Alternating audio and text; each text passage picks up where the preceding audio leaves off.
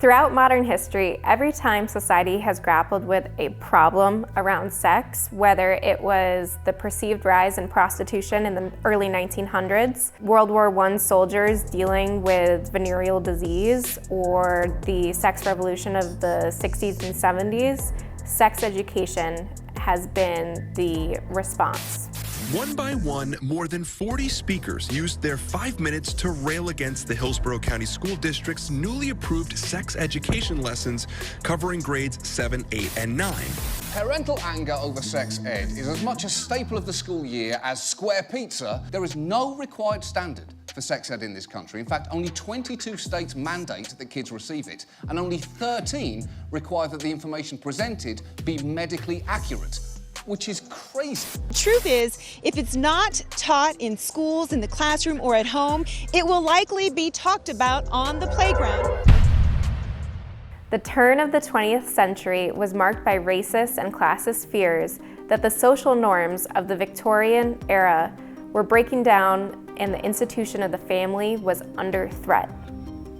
Marriage rates were down, divorce rates were on the rise, and the birth rate amongst white Anglo-Saxon families was dropping. The biggest proof of society's imminent moral decline, according to social hygienists, were the high rates of prostitution and venereal disease, especially as they began to rise amongst middle-class white men.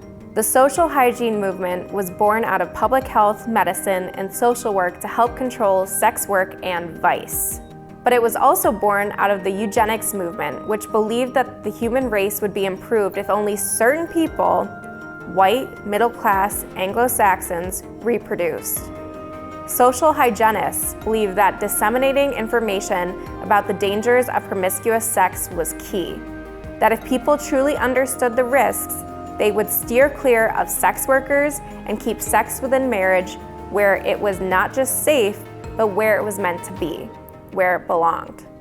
Social hygienists stressed the physical horrors of syphilis with such vigor that it was common for listeners to faint in their seats. Though medical information took center stage, the social message of these lectures was just as clear. Sex was only appropriate within the confines of a marriage. Leaders blamed the rise in STIs on the Victoria era's obsession with purity and society's refusal to talk about sex. They believed that institutions, from schools to press, should be talking about sex in an effort to protect themselves. Educators recognized that there was a double standard for men and women when it came to sexual behavior, with men being allowed more sexual freedom. Their solution, however, was to hold men to the same no sex outside of marriage standard that women were held to at the time. Educators recognized that there was a double standards between men and women in their sexual behavior. However, men were allowed more sexual freedom. They were held to the same standard of no sex outside of marriage, whereas women were not even educated on sex. They didn't believe that women had interest in sex outside of reproduction. They believed that talking to young people about sex would plant ideas in their head and inspire sexual curiosity, which is an argument that we still hear today. The curriculum is morally reprehensible and unnecessarily graphic. That it contains unscientific socio-political agendas, such as gender identity, I think is extremely alarming and should not be classified as education. You won't allow the public to speak. The truth is they're teaching 6th graders anal sex. I think in the high school it's good, but maybe not elementary school. Why? They're a little young. I think it's a good idea. I don't mind. I think it's better for the kids, yeah. In certain districts around the country, the only sex ed you might receive is abstinence only, which you may think of as a relic of the past, but it is still very much around. Without support for bringing sex education into schools, group focused on character-building organizations like the YMCA and the Boy Scouts. These organizations tried to help young men grow up to be moral members of society through education, adult guidance, and distraction. By focusing on camping, exercise, and leisure activities, scouting was intended to occupy boys' sexual energy and inspire them into more wholesome pursuits. During the First World War, fear about STIs reached an all-time fever pitch, and the government took an interest in disease prevention programs. These programs were mainly targeted at soldiers themselves and inspired the idea that abstinence was the best way to uphold your country's values and serve. Unfortunately, as a result of these programs, suicide rates in soldiers during World War I was at an all-time high compared to other wars. Part of the effort to keep soldiers free from disease included a crackdown on sex work, which mostly targeted non-white women who were seen as overly sexual and a threat to U.S. troops. There was also, finally, an interest in providing sex education programs for women. But not surprisingly, the goal of these programs was to teach purity and responsibility. As World War I came to an end, the public behavior of young people was changing yet again, and it seemed like everyone was willing to admit that they thought about sex. Modest clothing fell out of fashion and was replaced with short, sleeveless flapper dresses. Young people turned away from waltzes and towards foxtrots, shimmies, and other dances that encouraged physical closeness. It even became socially acceptable for young unmarried couples to participate in petting. The move away from a strictly biological focus on sex and sex education happened over the next few decades as educators agreed that young people needed more. Students were taught the names, functions, and physical disorders of the various sex organs, but that is a minor contribution to the great problems of affection, courtship, and marriage in modern society. Enter family life education programs, or FLE, which began in the 1940s and 50s and still continue today.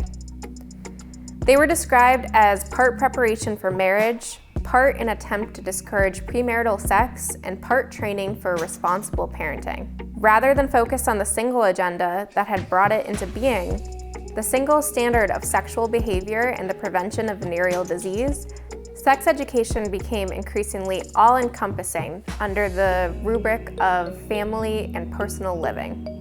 On one hand, FLE presented a seemingly modern idea to sex education, encouraging the idea of companionable marriage where men shared in the chores and child raising. At the same time, these programs enforced traditional gender roles around sex. They portrayed boys as perpetual aggressors and girls as the ones needing to set boundaries and who were promiscuous. The expansion of FLE up to that point had been made possible because, outside of a few sex radicals whose opinions did not have much effect on mainstream American opinion, individuals, despite their own practices, agreed in principle that sex before marriage was wrong for both men and women. But society was once again experiencing major shifts around sexuality with the publication of the Kinsey Report and the introduction of Playboy. Some argued that it was time to put the sex back into sex ed. Kinsey's published data showed that Americans were engaging in sexual behaviors more frequently and with more variety than conventional morality suggested. Though later research would correct some of the findings to a degree, the reports were compared to an atomic bomb in their impact on American society. Over 200,000 Americans purchased copies of The Sexual Behavior in the Human Male in the first 2 months after its publication in January 1948. The high incidence of reported behaviors, including premarital and extramarital sex, visits to prostitutes, and homosexual experiences, surprised many people. In 1953, Kinsey published the second report on the sexual behavior of the human female. It was the first time the concept of female pleasure during sex reached a widespread audience. The first Playboy appeared in December 1953 with Marilyn Monroe on the cover. Finally, it was time to stop looking at sex as a force that needed to be controlled and instead just a part of being human. Do you believe sex education should be in schools? Yes, 100%.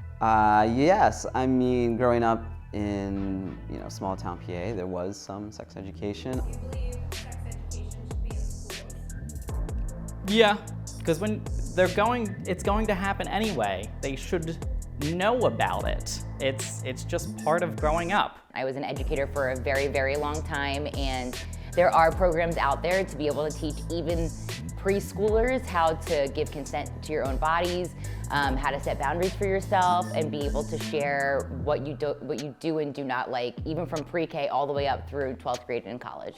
You know, perhaps a lot of things were taught in gendered ways and maybe not with like total honesty and like how relationships work and how sex physically or emotionally has effects on people. I think it's very like, we're getting through this and we're done. What do you think sex education should consist of? I mean, I went to Catholic school, so all mine was here's all the diseases you're definitely gonna catch, so never have sex. So not that.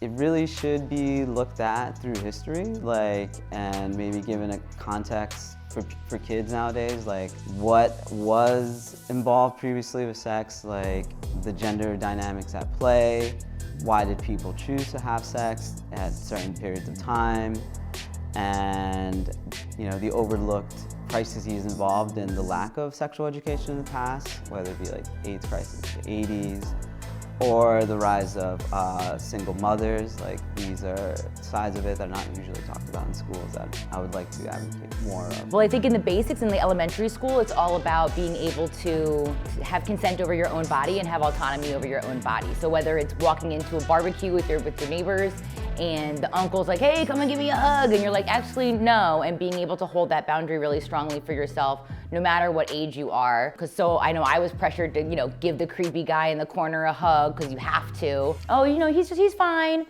but he's not. And so being able to have autonomy over your own body, and then being able to allow yourself to explore pleasure in a safe way as you grow older. We should probably start with the basics of, you know, STIs are a reality of it. We should probably change the tone of how we talk about STIs, because, oh my God, the amount of people who think you're a leper, almost all of them have cures or preventatives. And secondly, we should probably not so focus on the idea that this is just a thing for reproduction, because it's not. We should not so much focus on just the transactional nature of this is how you make babies, the end. And this is the politics of sex. Giving you the worst. Now you wanna stay tonight.